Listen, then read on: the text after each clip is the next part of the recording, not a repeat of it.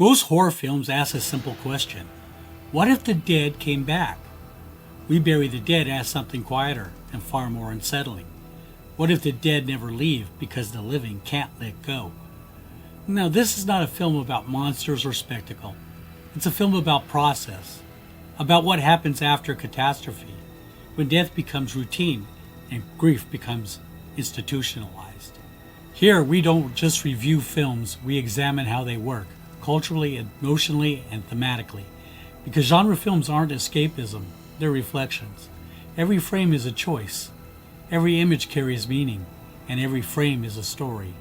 Today's film is We Bury the Dead, a grief-forward horror film that uses apocalypse, ritual, and silence to ask a much quieter question. What happens after everything has already gone wrong?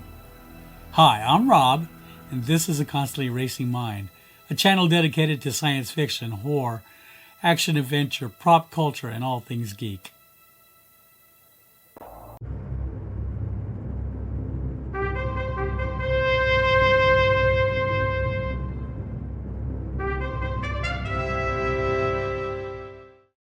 Set in a quarantined post-disaster Tasmania, We Bury the Dead drops us into a world already shaped by loss.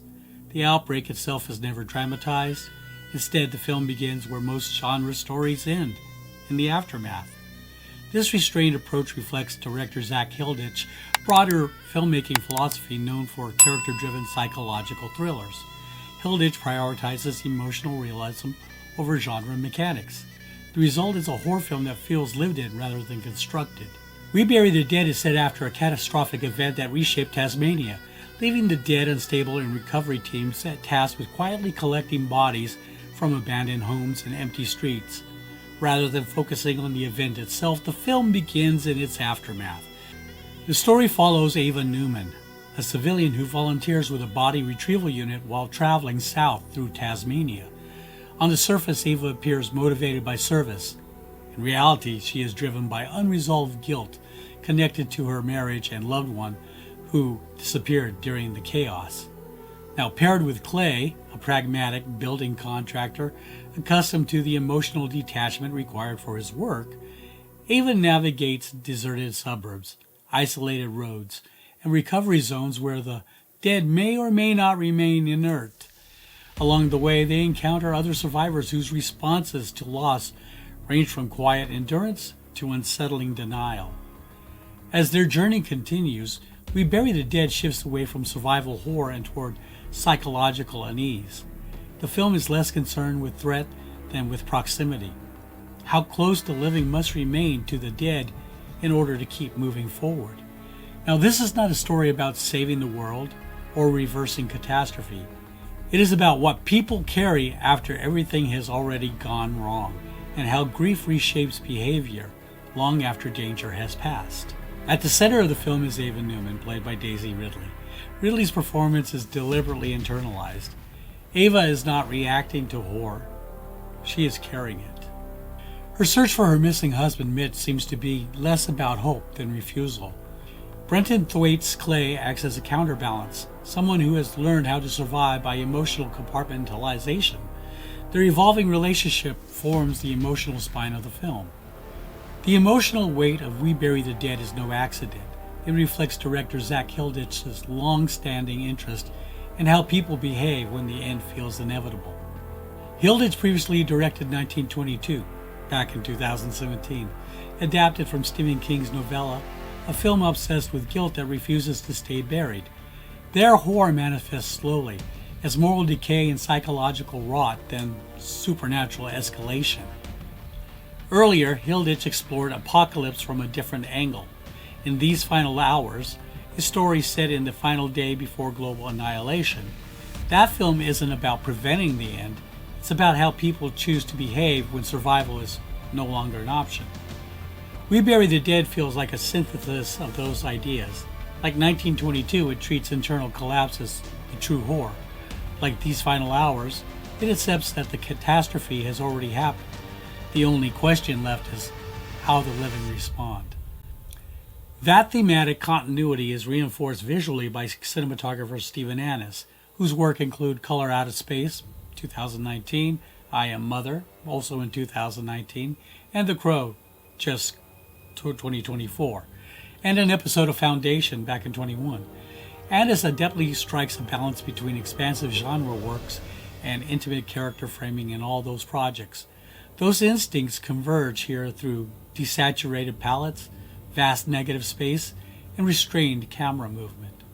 Now, although the film was shot in Australia, the story is set in Tasmania, and that choice is deliberate. Tasmania is an island state defined by isolation, small population centers, limited infrastructure, redundancy, and vast protected wilderness. Now, in a crisis, Tasmania wouldn't collapse loudly, it would empty quietly. Now, that geography does much of the storytelling work, making quarantine zones, recovery units, and procedural burial feel plausible without any heavy exposition. Shot on location in Albany, West Australia. Now, I haven't been there, but I guess the landscapes double convincingly for Tasmania's rugged terrain. Now, here the characters are dwarfed by the environment, visually reinforcing grief as something larger than individual will. Now, professionally known as just Clark, composer Chris Clark's ambient score further strips away emotional cushioning, allowing wind, footstep, and silence to carry tension. The principal photography took somewhere between February 19th, March 26th, so roughly a little over a month in filming. Then, of course, there's all the visual effects and post-production work that also needs to happen afterwards. The remote coastal and inland regions of Western Australia offer vast, empty environments that emphasize isolation and post-catastrophe stillness. The choice of location supports the film's emotional realism, grounding its genre elements in tangible physical space. Now, what I notice is that with a tight 95-minute runtime and an R rating for disturbing content, We Bury the Dead remains focused and unsentimental. Every production decision, from framing to sound, exists to support its core idea. Grief does not erupt. It settles. So here's a quick spoiler warning. No, I'm not going to divulge the full plot here. That could come later. Please refer to the time codes if you are interested, though. Here I am going to discuss the theme and narrative in more detail, so beware. Rather than positioning the undead as villains, the film frames grief itself as the inescapable force. Ava's eventual encounter with Mitch does not offer reunion or release.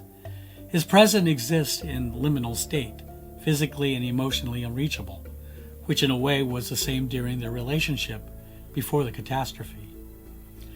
Now, the choice to bury rather than to rescue is the film's defining moment.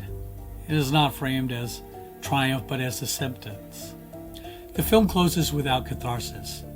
Burial continues, recovery units keep working, life adapts around loss rather than overcoming it. Financially, We Bury the Dead reflects the modern prestige horror model, a mid-range budget, limited theatrical exposure, and long-tail streaming value. Its success is measured not by box office spectacle but by thematic longevity.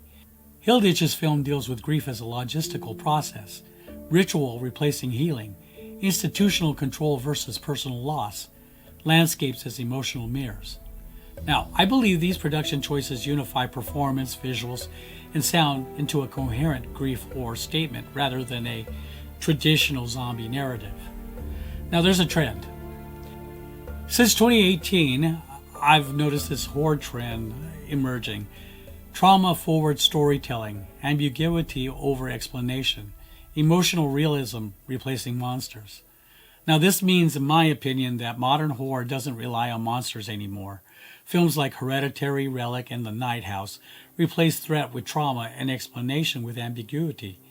We Bury the Dead fits squarely into that lineage, a film where grief isn't defeated, only carried. Now, this film is not designed to scare quickly. It is designed to linger. I rate it 4 out of 5, as I like films that make me wonder how I would react or adapt to a situation like this. Would I rise to the occasion and face it head on? Or would I retreat like Ava's initial recovery partner? If We Bury the Dead resonated with you or unsettled you, I'd love to hear your take in the comments. Do you see the ending as hope, horror, or just simply continuation. If you're interested in genre films that value meaning over spectacle, subscribe to A Constantly Racing Mind for a deep dive analysis across horror, sci-fi, and action cinema. Because every frame is a story, and not all of them want to comfort you.